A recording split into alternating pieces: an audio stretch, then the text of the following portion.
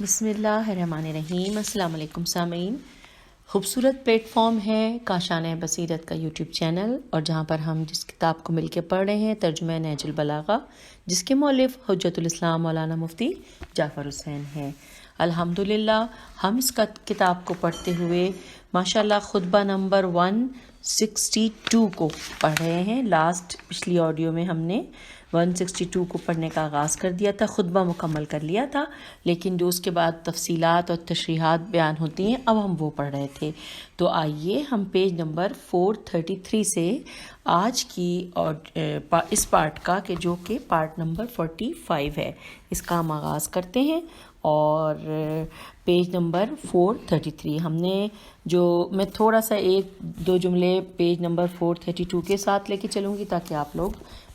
ہم سلسلہ وہیں سے جوڑ لیں اور ہمیں سمجھنے میں آسانی ہو جائے۔ لکھا ہے کہ پھر یہی کہاں نہیں، یہ بھی نہیں، یہ تو چلیں ہم آگے پڑھ چکے تھے۔ جب کہ ایک طبقہ ان کے صلب رسول سے ہونے سے انکار کرتا ہے اور وہ انہیں حضرت خدیجہ الکبریٰ کی بہن حالہ کی اولاد یا ان کے پہلے شوہر کی اولاد قرار دیتا ہے۔ چنانچہ ابو القاسم الکوفی متوفی 352 سن ہجری تحریر فرماتے ہیں۔ اب یہ جو تحریر فرماتے ہیں یہ ہم نے پڑھنا ہے آج کی آڈیو میں۔ اس میں لکھا ہے، ترجمہ میں پڑھ رہی ہوں، کہ جب رسول اللہ صلی اللہ علیہ وآلہ وسلم نے حضرت خدیجہ سے عقد کیا تو اس کے تھوڑے عرصے بعد حالہ کا انتقال ہو گیا اور اس نے 2 لڑکیاں چھوڑیں۔ ایک کا نام زینب تھا اور ایک کا نام رقیہ، اور ان دونوں نے پیغمبر اکرم صلی اللہ علیہ وآلہ وسلم اور خدیجہ رضی اللہ کی گود میں پرورش پائی اور انہی نے ان کی تربیت کی۔ اور اسلام سے قبل یہ دستور تھا کہ اگر کوئی یتیم بچہ کسی کی گود میں پرورش پاتا تھا تو اسے اسی کی طرف منسوب کیا جاتا تھا۔ یہ ترجمہ ختم ہو گیا ہے اور کتاب الاستغاثہ صفحہ نمبر 69 سے یہ پیش کیا گیا تھا۔ اب آگے لکھا ہے کہ اور ابن ہشام نے حضرت خدیجہ کی اولاد کے سلسلے میں تحریر فرمایا، اور یہ جو تحریر فرمایا ہے سامعین یہ بھی ترجمہ ہی ساتھ ساتھ پڑھ رہی ہوں، عربی تو لکھی ہے لیکن ظاہر ہم ترجمے پہ اکتفا کر رہے ہیں۔ لکھا ہے کہ حضرت خدیجہ رسول اللہ صلی اللہ علیہ وآلہ وسلم کے حوالہ عقد ہے، بے الف لام ہے، عقد میں آنے سے پہلے ابی حالہ بن مالک کی زوجیت میں تھیں، جس سے ایک لڑکا ہند اور ایک لڑکی زینب پیدا ہوئی، اور ابی حالہ سے قبل عتیق ابن عائز کے عقد میں تھیں، جس سے ایک لڑکا اور ایک لڑکی پیدا ہوئی۔ اور یہ ترجمہ میں نے پڑھ لیا، ختم ہو گیا۔ حوالہ ہے سیرت ابن ہشام جلد نمبر 4 صفحہ نمبر 294، یہاں سے یہ لیا گیا ہے۔ آگے چلتے ہیں۔ لکھا ہے کہ اس سے معلوم ہوا کہ حضرت خدیجہ کی 2 لڑکیاں عقد رسول میں آنے سے پہلے موجود تھیں، جو حسب ظاہر رسول اللہ صلی اللہ علیہ وآلہ وسلم ہی کی بیٹیاں کہلائیں گی، اور وہ جن سے بھی بیاہی جائیں گی وہ پیغمبر صلی اللہ علیہ وآلہ وسلم کے داماد ہی کہلائیں گے، لیکن دامادی کی حیثیت وہی ہوگی جو ان لڑکیوں کے بیٹی ہونے کی ہو سکتی ہے، لہٰذا اسے محل افتخار میں شامل کرنے سے پہلے ان بیٹیوں کی حیثیت کو دیکھ لینا چاہیے، اور حضرت عثمان کے رویے پر بھی ایک نظر کر لینا چاہیے۔ چنانچہ اس سلسلے میں امام بخاری اپنی صحیح میں یہ روایت درج کرتے ہیں، اور یہ میں ساتھ ساتھ ابھی عربی میں اس کا ترجمہ پڑھوں گی، جو کہ لیا گیا ہے قبرہا فنزلہ فی قبرہا جلد نمبر 1 صفحہ جو صحیح ہے اس میں سے جلد نمبر 1 ہے صفحہ نمبر 232۔ جی لکھا ہے، ترجمہ میں پڑھ رہی ہوں، کہ انس ابن مالک سے روایت ہے، وہ کہتے ہیں کہ ہم دختر رسول صلی اللہ علیہ وآلہ وسلم کے دفن کے موقع پر موجود تھے۔ میں نے دیکھا کہ رسول اللہ صلی اللہ علیہ وآلہ وسلم قبر پر بیٹھے ہوئے ہیں اور آنکھوں سے آنسو بہہ رہے ہیں۔ میں نے فرمایا کہ بیٹھے ہوئے آنکھوں سے آنسو بہہ رہے ہیں۔ آپ نے فرمایا کہ کون تم میں ایسا ہے جو آج کی رات ہم بستر نہ ہوا ہو؟ ابو طلحہ نے کہا کہ میں۔ حضرت نے فرمایا کہ پھر تم قبر میں اترو، چنانچہ وہ قبر میں اترے۔ اچھا، یہاں پہ ترجمہ ختم ہو گیا۔ اس موقع پر پیغمبر اکرم صلی اللہ علیہ وآلہ وسلم نے حضرت عثمان کے راز درون پردے کو بے نقاب کر کے انہیں قبر میں اترنے سے روک دیا۔ حالانکہ پیغمبر کی سیرت کا یہ نمایاں جوہر تھا کہ وہ کسی کے اندرونی حالات کو تشتزبام کر کے اس کی ہتک و اہانت گوارا نہ کرتے تھے اور دوسروں کے عیوب پر مطلع ہونے کے باوجود چشم پوشی فرما جاتے تھے، مگر یہ کردار کا گھناؤنا پن کچھ ایسا تھا کہ بھرے مجمع میں انہیں رسوا کرنا ضروری سمجھا۔ اچھا، یہاں پر یہ ختم ہو گیا ہے خطبے کی تفصیلات بھی، اور ہم پیج 434 پہ آ گئے ہیں سامعین۔ اب ہم پڑھنے جا رہے ہیں خطبہ نمبر 163۔ آئیے پڑھتے۔ لکھا ہے کہ جس میں مور کی عجیب و غریب آفرینش کا تذکرہ فرمایا ہے۔ آئیے جانتے ہیں مور کے بارے میں۔ بسم اللہ الرحمن الرحیم۔ قدرت نے ہر قسم کی مخلوق کو، وہ جاندار ہو یا بے جان، ساکن ہو یا متحرک، عجیب و غریب آفرینش کا جامہ پہنا کر ایجاد کیا ہے، اور اپنی لطیف صنعت اور عظیم قدرت پر ایسی واضح نشانیاں شاہد بنا کر قائم کی ہیں کہ جن کے سامنے عقلیں اس کی ہستی کا اعتراف اور اس کی فرما برداری کا اقرار کرتے ہوئے سرے اطاعت خم کر چکی ہیں، اور اس کی یکتائی پر یہی عقل کی تسلیم کی ہوئی ہے، اور اس کے خالق بے مثال ہونے پر مختلف شکل و صورت کے پرندوں کی آفرینش سے بھری ہوئی دلیلیں ہمارے کانوں میں گونج رہی ہیں۔ وہ پرندے جن کو اس نے زمین کے گڑھوں، دروں کے شگافوں اور مضبوط پہاڑوں کی چوٹیوں پر بسایا ہے، جو مختلف طرح کے پر و بال اور جداگانہ شکل و صورت والے ہیں، جنہیں تسلط الہی کی باغ دوڑ میں گھمایا پھرایا جاتا ہے، جو کشادہ ہوا کی وسعتوں اور کھلی فضاؤں پر میں پروں کو پھڑپھڑاتے ہیں۔ انہیں جبکہ یہ موجود نہ تھے، عجیب و غریب ظاہری صورتوں سے آراستہ کر کے پیدا کیا، اور گوشت پوست میں ڈھکے ہوئے جوڑوں کے سروں سے ان کے جسموں کی ساخت قائم کی۔ ان میں سے بعض وہ ہیں جنہیں ان کے جسموں کے بوجھل ہونے کی وجہ سے فضا میں بلند ہو کر تیز پروازی سے روک دیا ہے، پیج نمبر 435، اور انہیں ایسا بنایا ہے کہ وہ زمین سے کچھ تھوڑے ہی اونچے ہو کر پرواز کر سکیں۔ اس نے اپنی لطیف قدرت اور باریک صنعت سے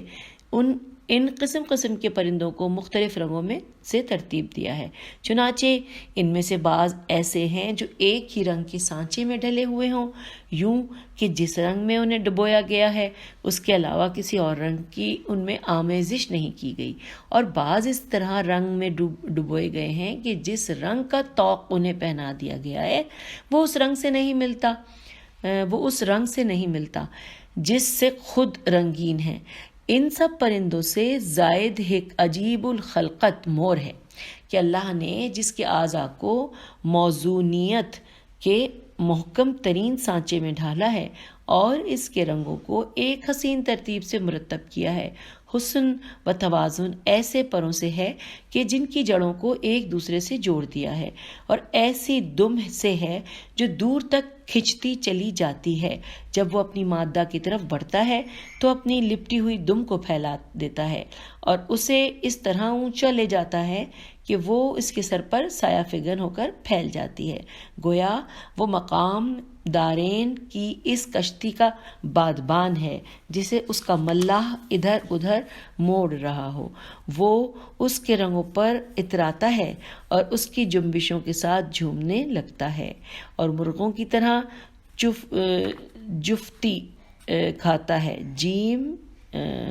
فے تے چھوٹی یہ کھاتا ہے، اور اپنی مادہ کو حاملہ کرنے کے لیے خوش و ہیجان میں بھرے ہوئے نروں، نون رے واو نون غنہ نروں کی طرح جوڑ کھاتا ہے، پیج 436 جوڑ کھاتا ہے۔ میں اس بیان کے لیے مشاہدے کو تمہارے سامنے پیش کرتا ہوں، اس شخص کی طرح نہیں کہتا جو کسی کمزور سن کا حوالہ دے رہا ہو۔ گمان کرنے والوں کا یہ صرف وہم و گمان ہے کہ وہ اپنے گوشے ہائے چشم کے بہائے ہوئے اس آنسو سے اپنی مادہ کو انڈوں پر لاتا ہے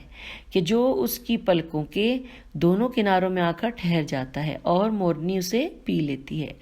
وہ پھر انڈے دینے لگتی ہے، اور اس پھوٹ کر نکلنے والے آنسوؤں کے علاوہ یوں نر اس سے جفتی نہیں کھاتا، جیم فے تے چھٹی جفتی نہیں کھاتا، اگر ایسا ہو تو بھی ان کے خیال کے مطابق کوے کے اپنی مادہ کو پوٹے سے دانہ پانی بھرا کر انڈوں پر لانے سے زیادہ تعجب چیز نہیں ہے۔ اگر تم بغور دیکھو گے تو اس کے پروں کے درمیانی تیلیوں کو چاندی کی سلائیاں تصور کرو گے،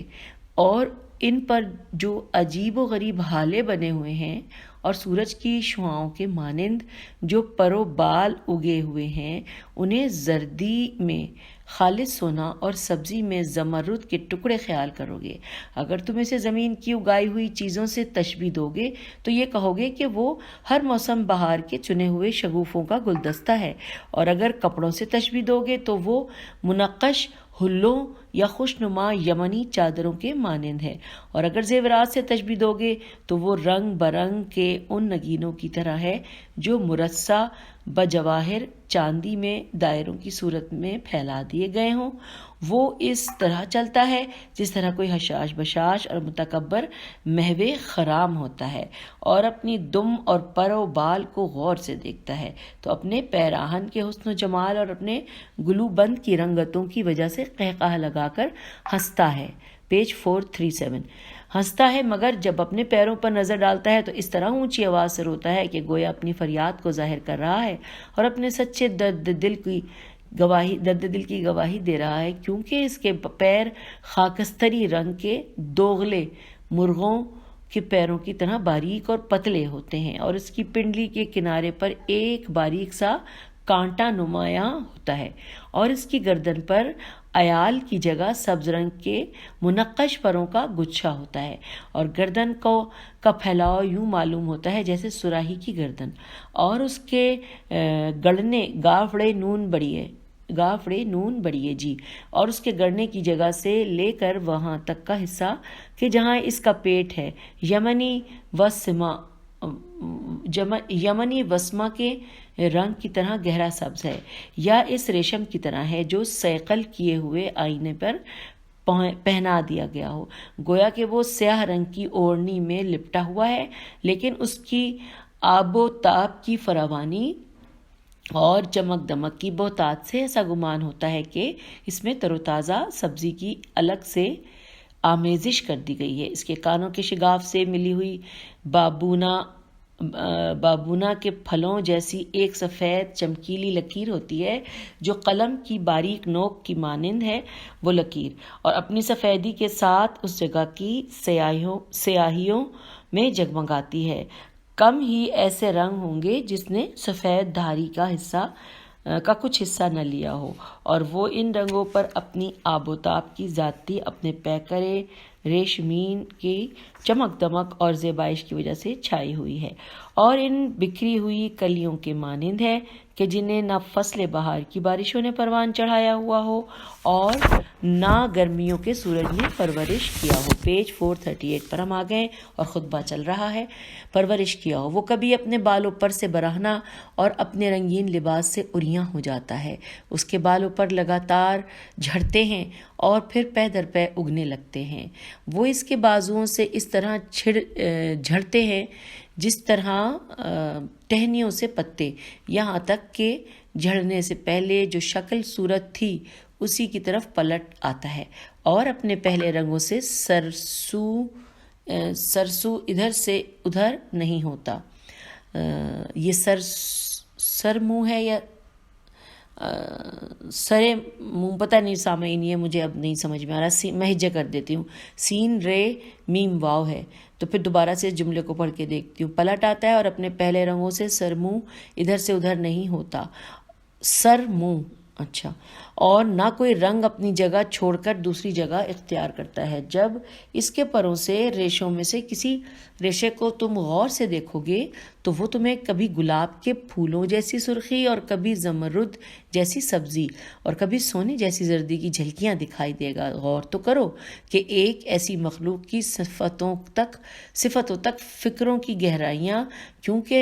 کیوں کر پہنچ سکتی ہیں، یا عقلوں کی طبع آزمائیاں کس طرح وہاں تک رسائی پا سکتی ہیں، یا بیان کرنے والوں کے کلمات کیوں کر اس کے وصفوں کو ترتیب دے سکتے ہیں کہ جس کے چھوٹے سے چھوٹے جزنے واہموں کو سمجھنے سے عاجز اور زبانوں کو بیان کرنے سے درماندہ کر دیا ہو۔ تو پاک ہے وہ ذات کہ جس نے ایک ایسی مخلوق کی حالت بیان کرنے سے بھی عقلوں کو مغلوب کر رکھا ہے جسے آنکھوں کے سامنے نمایاں کر دیا تھا، اور ان آنکھوں نے اس کو ایک حد میں گھیرا ہوا اور اجزاء سے مرکب اور مختلف رنگوں سے رنگین صورت میں دیکھ بھی لیا، اور جس نے زبانوں کو اس مخلوق کے وصفوں کا خلاصہ کرنے سے عاجز اور اس کی صفتوں سے کے بیان کرنے سے درماندہ کر دیا ہے۔ اور پاک ہے وہ خدا کہ جس نے چیونٹی اور مچھر سے لے کر ان سے بڑی مخلوق مچھلیوں اور ہاتھیوں تک کے پیروں کو مضبوط اور مستحکم کیا ہے، اور اپنی ذات پر لازم کر لیا ہے کہ کوئی پیکر کے جس میں اس نے روح داخل کی ہے جنبش نہیں کھائے گا، مگر یہ کہ موت کو اس کی وعدہ گاہ اور فنا کو اس کی حد آخر قرار دے گا۔ اس خطبے کا یہ حصہ جنت کے بیان میں ہے۔ اگر تم دیدہ دل سے جنت کی ان کیفیتوں پر نظر کرو تو تم سے بیان کی جاتی ہیں تو تمہارا نفس دنیا میں پیش کی ہوئی عمدہ سے عمدہ خواہشوں اور لذتوں اور اس کے مناظر کی زیبائشوں سے نفرت کرنے لگے گا۔ اور اگر ان درختوں کے پتوں کے کھڑکھڑانے کی آوازوں میں کہ جن کی جڑیں جنت کی نہروں کے کناروں پر مشک کے ٹیلوں میں ڈوبی ہوئی ہیں کھو جائے گا، اور ان کی بڑی اور چھوٹی ٹہنیوں میں تر و تازہ موتیوں کے گچھوں کے لٹکنے اور سبز پتوں کے غلافوں میں مختلف قسم کے پھلوں کے نکلنے سے کے نظاروں میں محو ہو جائے گا، ایسے پھل کہ جو بغیر کسی زحمت کے چن سکتے ہیں اور چننے والے کی خواہش کے مطابق آگے بڑھ آتے ہیں۔ وہاں کے بلند ایوانوں کے صحنوں میں اترنے والے مہمانوں کے گرد پاک و صاف شہد اور صاف ستھری شراب کے جام گردش میں لائے جائیں گے۔ وہ ایسے لوگ ہیں کہ اللہ کی بخشش و عنایت ہمیشہ ان کے حال رہی، یہاں تک کہ وہ اپنی جائے قیام میں اتر پڑے اور سفروں کی نقل و حرکت سے آسودہ ہو گئے۔ اے سننے والے، اگر تو ان دلکش مناظر تک پہنچنے کے لیے اپنے نفس کو متوجہ کرے جو تیری طرف ایک دم آنے والے ہیں، تو اس کے اشتیاق میں تیری جان ہی نکل جائے گی۔ پیج 440 جان ہی نکل جائے گی، اور اسے جلد سے جلد پا لینے کے لیے میری اس مجلس سے اٹھ کر قبروں میں رہنے والوں کی ہمسائیگی اختیار کرنے کے لیے آمادہ ہو جائے گا۔ اللہ تعالیٰ اپنی رحمت سے ہمیں اور تمہیں ان لوگوں میں سے قرار دے کہ جو نیک بندوں کی منزل تک پہنچنے کی سر توڑ کوشش کرتے ہیں۔ سید رضی اس خطبے کے بعض مشکل الفاظ کی توضیح و تشریح کے سلسلے میں فرماتے ہیں کہ آپ کے ارشاد و یور بملاقہتن میں لفظ الف رے پہ تشدید ہے، سے مباشرت کی طرف کنایا ہے۔ یوں کہا جاتا ہے کہ المرأت یوں رہا، یعنی اس نے عورت سے مباشرت کی، اور آپ کے اس ارشاد کا نہ قلع داری، یہ ارشاد کا بھی یہ عربی کا سا ہے وہ پڑھ رہی ہوں کہ کانا قلع داری انجہو نوتیتن ہو۔ سامعین، کیونکہ کوئی بھی زیر زبر پیش نہیں ہے تو اس لیے میں معذرت چاہتی ہوں، مجھ سے غلطیاں ہو رہی ہیں۔ اچھا، اس میں ارشاد کہ ترجمہ ہے کہ میں قلعہ کے معنی ہیں، قاف لام عین کے معنی کشتی کے بادبان کے ہیں، اور لفظ داری یعنی دارین کی طرف منسوب ہے، اور دارین سمندر کے کنارے ایک شہر کا نام ہے کہ جہاں سے خوشبودار چیزیں لائی جاتی ہیں۔ اور اب یہ عربی کا لفظ ہے عین نون جیم الف۔ انجا کے معنی ہیں اس کو موڑا، اور استعمال یوں ہوتا ہے کہ انجت الناقت یعنی انجت بروزن نصرت، یعنی میں نے اونٹنی کے رخ کو موڑا، اور ناجہا انجا اس وقت کہو گے کہ جب تم اس کے رخ کو موڑو گے۔ اور نوتی کے نون واو چھوٹی نوتی کے معنی ملاح کے ہیں، اور آپ کے ارشاد و ارشاد وظفتی جفونا سے مراد مور کی پلکوں کے دونوں کنارے ہیں، اور یوں زفتان زوئے فے تے الف نون، زفتان کے معنی دو کناروں کے ہوتے ہیں، اور آپ کے قول جو ایک ورڈ ہے یہ اس پہ عربی کا، اس میں کچھ بھی مجھے سمجھ نہیں آ رہا، فے لام زے زال الف لام واو ہے یا الوب، اس کو چھوڑ دیتی ہیں، لیکن اس کے آگے کے پڑھتے ہیں کہ اور آپ کے قول، یہ جو قول ہے اس کی جمع ہے جس کے معنی ہے ٹکڑے، معنی ٹکڑے کے ہیں، اور آپ کے قول قبائس لؤلؤ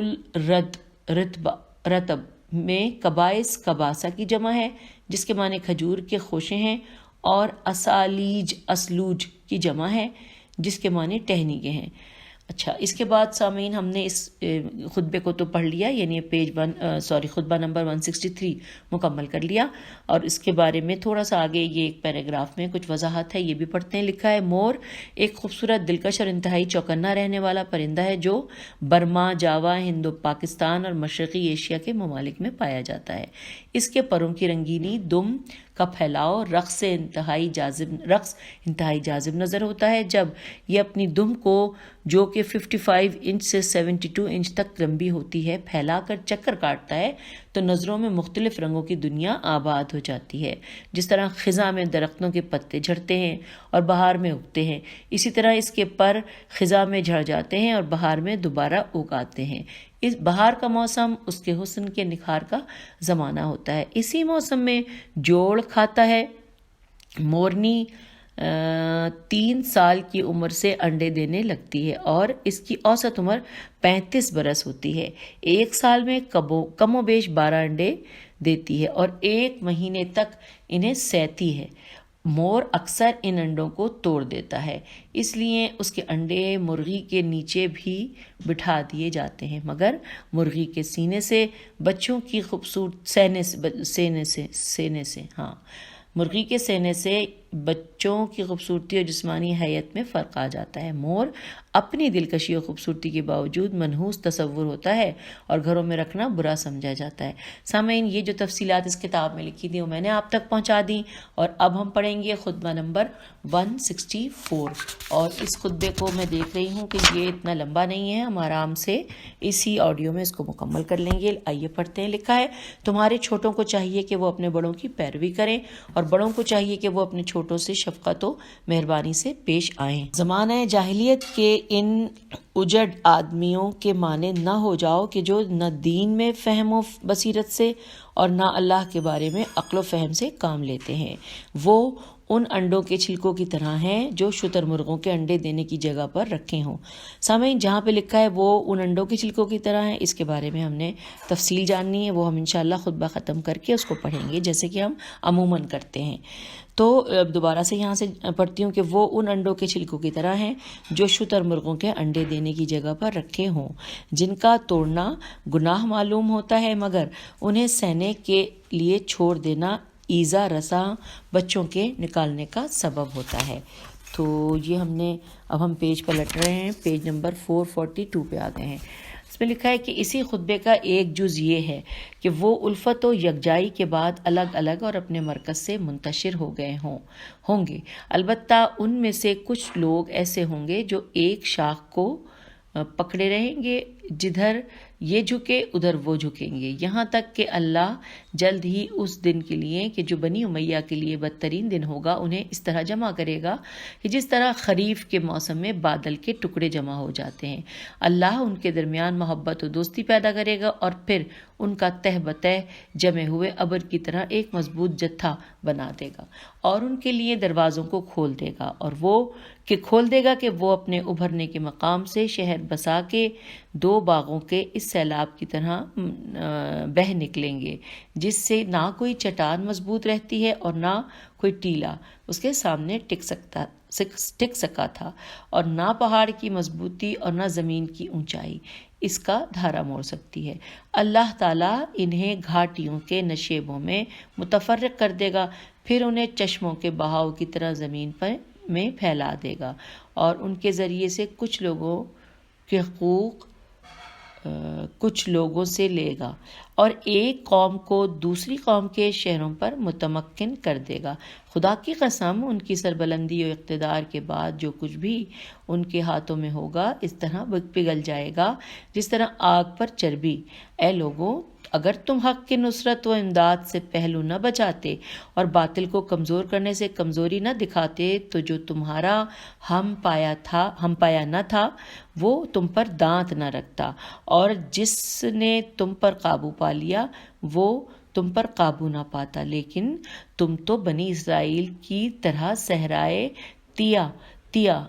یہ میں بھٹک گئے، اور اپنی جان کی قسم میرے بعد تمہاری سرگردانی و پریشانی کئی گنا بڑھ جائے گی۔ سامعین، ہم یہ خطبہ پڑھتے ہوئے پیج 443 پر آ گئے ہیں۔ اب یہ خطبہ ختم ہونے والا ہے۔ یہ میری جان کی قسم میرے بعد تمہاری سرگردانی و پریشانی کئی گنا بڑھ جائے گی، کیونکہ تم نے حق کو پس پش ڈال دیا ہے اور قریبیوں سے قطع تعلق کر لیا اور دور والوں سے رشتہ جوڑ لیا ہے۔ یقین رکھو کہ اگر تم دعوت دینے والے کی پیروی کرتے تو وہ تمہیں رسول اللہ صلی اللہ علیہ وآلہ وسلم کے راستے پر لے چلتا اور تم بے راہ روی کی زحمتوں سے بچ جاتے اور اپنی گردنوں سے بھاری بوجھ اتار پھینکتے۔ تو یوں یہاں پہ خطبہ تو ختم ہو گیا، لیکن ایک جو تفصیل ہم نے پڑھنی تھی وہ چھوٹی سی ہے۔ آپ کو یاد ہوگا جب یہ ہم نے خطبہ شروع کیا تھا جہاں میں نے بتایا تھا، جہاں لکھا تھا کہ وہ ان انڈوں کے چھلکوں کی طرح ہوتے ہیں جو شتر مرغوں کے انڈے دینے کی جگہ پر رکھے ہوں۔ اس کے بارے میں پڑھنا ہے۔ لکھا ہے مطلب یہ کہ ان لوگوں کے ظاہری اسلام کا تقاضا تو یہ ہے کہ ان پر تشدد نہ کیا جائے، مگر اس طرح انہیں چھوڑ دینے کا نتیجہ یہ ہوتا ہے کہ وہ شر و مفاسد پھیلاتے ہیں۔ بس یہ اتنی سی تفصیل لکھی ہے۔ تو سامعین، ہم نے خطبہ نمبر 164 کو مکمل پڑھ بھی لیا اور ہم نے اس کو جان بھی لیا۔ اب ہم خطبہ نمبر 165 پڑھنے جا رہے ہیں، کیونکہ یہ خطبہ بھی بہت لمبا نہیں ہے اور ہم اس آڈیو میں پڑھ سکتے ہیں۔ ہم ساتھ ساتھ چلتے ہیں، دیکھتے ہیں کہ ہم اور کیا کیا پڑھ سکیں گے۔ خطبہ 165۔ بسم اللہ الرحمن الرحیم۔ اللہ تعالیٰ نے ایسی ہدایت کرنے والی کتاب نازل فرمائی ہے کہ جس میں اچھائیوں اور برائیوں کو کھول کر بیان کیا ہے۔ تم بھلائی کا راستہ اختیار کرو تاکہ ہدایت پا سکو، اور برائی کی جانب سے رخ موڑ لو تاکہ سیدھی راہ پر چل سکو۔ فرائض کو پیش نظر رکھو اور انہیں اللہ کے لیے بجا لاؤ تاکہ یہ تمہیں جنت تک پہنچائیں۔ اللہ تعالیٰ نے ان چیزوں کو حرام کیا ہے جو انجانی نہیں ہیں، اور ان چیزوں کو حلال کیا ہے جن میں کوئی عیب و نقص نہیں پایا تھا۔ اس نے مسلمانوں کی عزت و حرمت کو تمام حرمتوں پر فضیلت دی اور مسلمانوں کے حقوق کو ان کے موقع و محل پر اخلاص و توحید کے دامن سے باندھ دیا ہے۔ پیج 444۔ باندھ دیا ہے، چنانچہ مسلمان وہی ہے جس کی زبان اور ہاتھ سے مسلمان بچے رہے، مگر یہ کہ کسی حق کی بنا پر ان پر ہاتھ ڈالا جائے اور ان کو ایذا پہنچانا جائز نہیں، مگر جہاں واجب ہو جائے اس چیز کی طرف بڑھو کہ جو ہمگیر اور تم میں سے ہر ایک کے لیے مخصوص ہے، اور وہ موت ہے چونکہ گزر جانے والے لوگ تمہارے سامنے ہیں اور موت کی گھڑی تمہیں پیچھے سے آگے کی طرف ہنکائے لیے جا رہی ہے۔ ہلکے پھلکے رہو تاکہ آگے بڑھ جانے والوں کو پا سکو۔ تمہارے اگلوں کو پچھلوں کا انتظار کرایا جا رہا ہے۔ اللہ سے، اس کے بندوں اور اس کے شہروں کے بارے میں ڈرتے رہو، اس لیے کہ تم سے ہر چیز کے متعلق سوال کیا جائے گا، یہاں تک کہ زمینوں اور چوپاؤں کے متعلق بھی۔ اللہ کی اطاعت کرو، اس سے سرتابی نہ کرو۔ جب بھلائی کو دیکھو تو اسے حاصل کرو، اور جب برائی کو دیکھو تو اس سے منہ پھیر لو۔ بس سامعین، یہاں پہ خطبہ نمبر 165 مکمل ہو گیا، لیکن ابھی بھی آڈیو میں بالکل ٹائم ہے۔ ہم خطبہ نمبر 166 بھی پڑھ لیتے ہیں۔ بسم اللہ الرحمن الرحیم۔ آپ کی بیعت ہو چکنے کے بعد صحابہ کی ایک جماعت نے آپ سے کہا کہ بہتر ہے کہ آپ ان لوگوں کو جنہوں نے عثمان پر فوج کشی کی تھی سزا دیں۔ تو حضرت نے ارشاد فرمایا، بسم اللہ الرحمن الرحیم، اے بھائیوں، جو تم جانتے ہو میں اس سے بے خبر نہیں ہوں، لیکن میرے پاس اس کی قوت و طاقت کہاں ہے کہ جبکہ فوج کشی کرنے والے اپنے انتہائی زوروں پر ہیں، پیج 445 پر ہیں، اس وقت ہم پر مسلط ہیں، ہم ان پر مسلط نہیں، اور عالم یہ ہے کہ ہمارے غلام بھی ان کے ساتھ اٹھ کھڑے ہوئے ہیں، اور صحرائی عرب بھی ان سے مل جل گئے ہیں، اور اس وقت بھی وہ تمہارے درمیان اس حالت میں ہیں کہ جیسا چاہیں تمہیں گزند پہنچا سکتے ہیں۔ کیا تم جو چاہتے ہو اس پر قابو پانے کی کوئی صورت تمہیں نظر آتی ہے؟ بلا شبہ یہ جہالت و نادانی کا مطالبہ ہے۔ ان لوگوں کی پشت پر مدد کا ایک ذخیرہ ہے۔ جب یہ قصہ چھڑے گا تو اس معاملے میں لوگوں کے مختلف خیالات ہوں گے۔ کچھ لوگوں کی رائے تو وہی ہوگی جو تمہاری ہے، اور کچھ لوگوں کی رائے تمہاری رائے کے خلاف ہوگی، اور کچھ لوگوں کی رائے نہ ادھر ہوگی نہ ادھر۔ اتنا صبر کرو کہ لوگ سکون سے بیٹھ لیں اور دل اپنی جگہ ٹھہر جائیں اور آسانی سے حقوق حاصل کیے جا سکے۔ تم میری طرف سے مطمئن رہو اور دیکھتے رہو کہ میرا فرمان تم تک کیا آتا ہے۔ کوئی ایسی حرکت نہ کرو جو طاقت کو متزلزل اور قوت کو پامال کر دے اور کمزوری و ذلت کا باعث بن جائے۔ میں اس جنگ کو جہاں تک رک سکے گی روکوں گا، اور جب کوئی چارہ نہ پاؤں گا تو پھر آخری علاج و اغنا